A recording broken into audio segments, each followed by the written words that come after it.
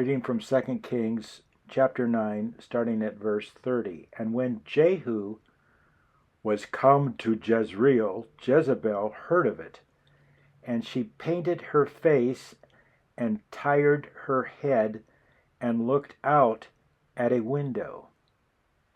And as Jehu entered in at the gate, she said, Had Zimri peace, who slew his master?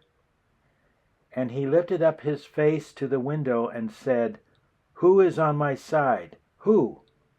And there looked out to him 2 or 3 eunuchs. And he said, Throw her down.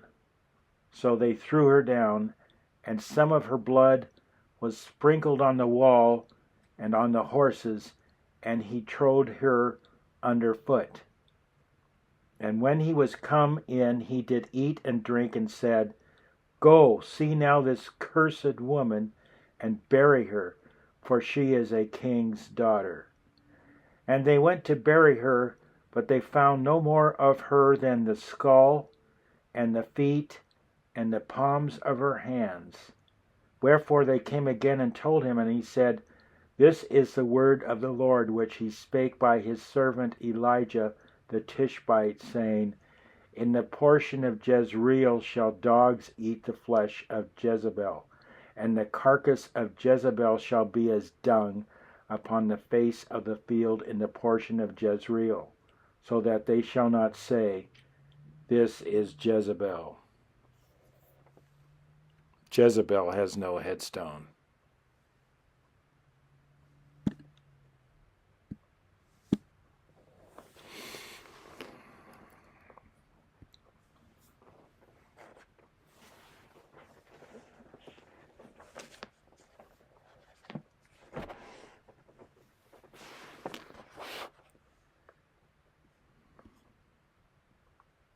Oh, am I still on?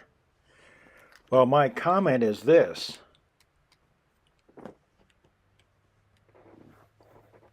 Whoremongers shall not inherit the kingdom of heaven. And we are warned to flee fornication. And those were letters to the church. So no fornicator can enter into the kingdom of heaven, which means you can lose your salvation. I'm surprised this is even a debate. People don't know the scriptures nor the power of God. All they know is theology and questions that have nothing to do with the stuff of life. Comparing each other with one another, coveting after the pulpit. Look at all the ones that are coveting for the pulpit of John MacArthur when he passes on. They're jockeying for position. Who will be the next king? Who will be the next pope? It's really sad. The Reformation is now tied up into Catholicism, lording over the flocks, and the worshiping of pastors as popes.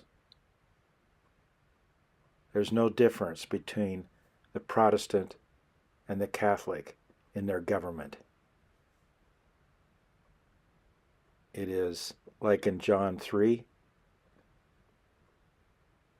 Pastor Diotrephes, who refused the Apostle John to enter into his church because he loved to have the preeminence. That's what drives these lords of the flock, these pastors who are hirelings. May God reward them according to their works.